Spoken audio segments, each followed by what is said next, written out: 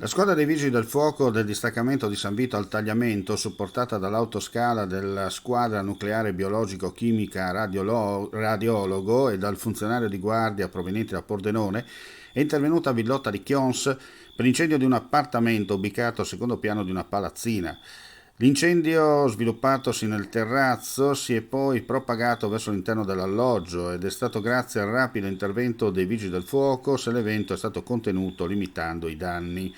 Al momento dell'incendio all'interno dell'alloggio non era presente nessuno.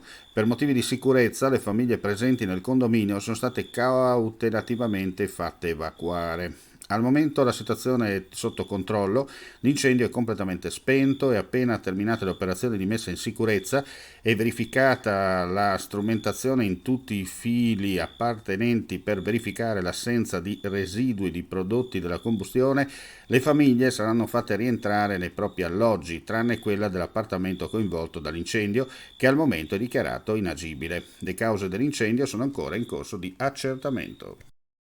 Ci portano più speranza, più fiducia, uno sguardo che finalmente si alza verso il futuro. Per ricominciare con la tua attività, con la tua professione, per allargare i tuoi orizzonti, ricomincia con noi.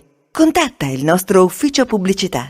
È il momento giusto per ripartire insieme. Chiamaci ai nostri contatti